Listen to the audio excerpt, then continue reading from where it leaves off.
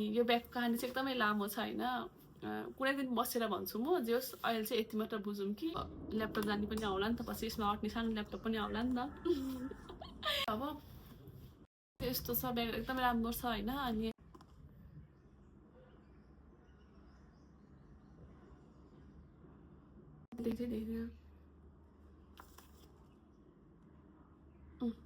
देख्दैन मलाई थाहै भएन। ओहो कुरा फेरि मलाई कम आउँछ पनि आएन नेपालमा त। यो त यसको कपी बनाउँदा 1-2 वर्ष लाग्छ। Hello everyone, welcome back to my channel. हो हजुरहरू सबैजना सन्चै हुनुहुन्छ होला, म पनि एकदमै सन्चै छु। सो आजको भिडियोमा चाहिँ के देखाउन लाग्यो त, के हो त आजको भिडियो भन्दाखेरि चाहिँ आजको भिडियोमा चाहिँ मैले यो ब्याग अनबक्सिङ गर्न गइरहेको छु होइन। यो ब्याग चाहिँ यस्तो हो, यो चाहिँ प्याकेटमै छ कि। यो चाहिँ माइकल कोर्सको ब्याग हो। अनि जुन चाहिँ मलाई धेरै समय अगाडि नै आएको थियो, तर मैले भिडियो बनाउनै पाइरहेको थिइनँ कि म अलिक बिजी भएर।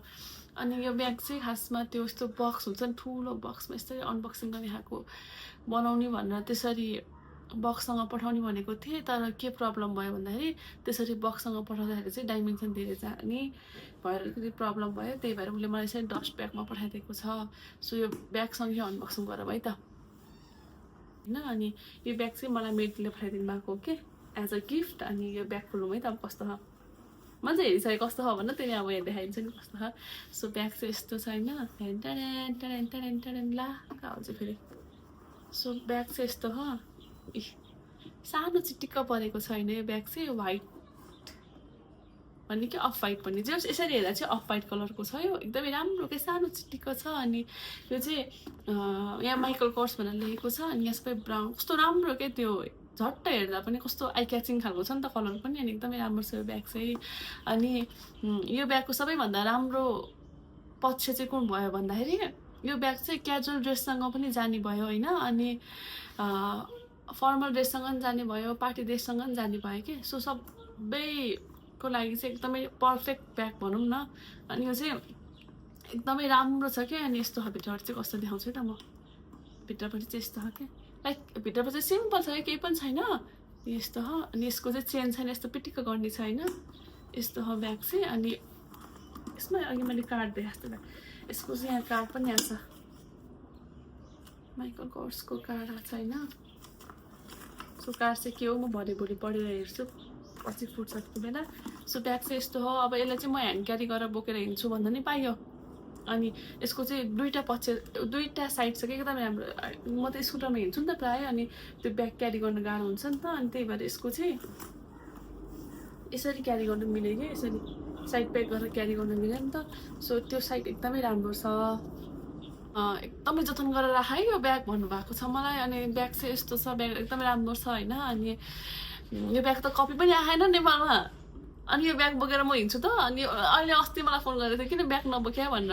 अनि कहाँ बोकेर नर्मल दिनहरू बोकेर हिँड्नु मिलेन नि त। अनि मैले बोकेँ हेर दागसाग लाग्छ भनेर, अलिअलि बोक केही हुन्न भन्ने हुनुहुन्थ्यो। अनि कहाँ यो के भयो भने त यो चाहिँ मलाई थाहा थिएन होइन। यो ब्याग चाहिँ ओरिजिनल हो क्या। अनि कस्तो हुन्छ भन्दाखेरि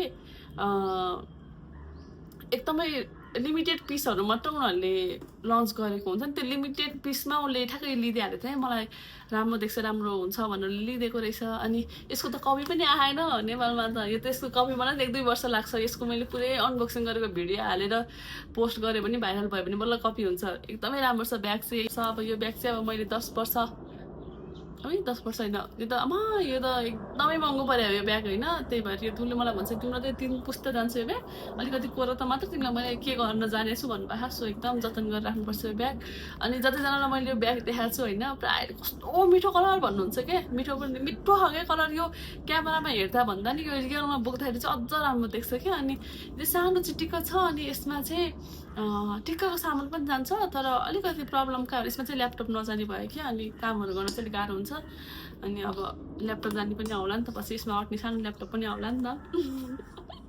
सो त्यही हो आजको भिडियो चाहिँ यति नै हो होइन। हो हजुरहरूले यो ब्याग मन पर्यो भने लाइक गर्नु होला, कमेन्ट गर्नु होला राम्रो छ भनेर, माग्नु चाहिँ नमाग्नु होला होइन। त्यही हो। सो हजुरहरूलाई यो भिडियो कस्तो लाग्यो, पक्कै पनि राम्रो लाग्यो होला। सो आजको भिडियो चाहिँ यति नै हो। Don't forget to like, share and subscribe my channel. By.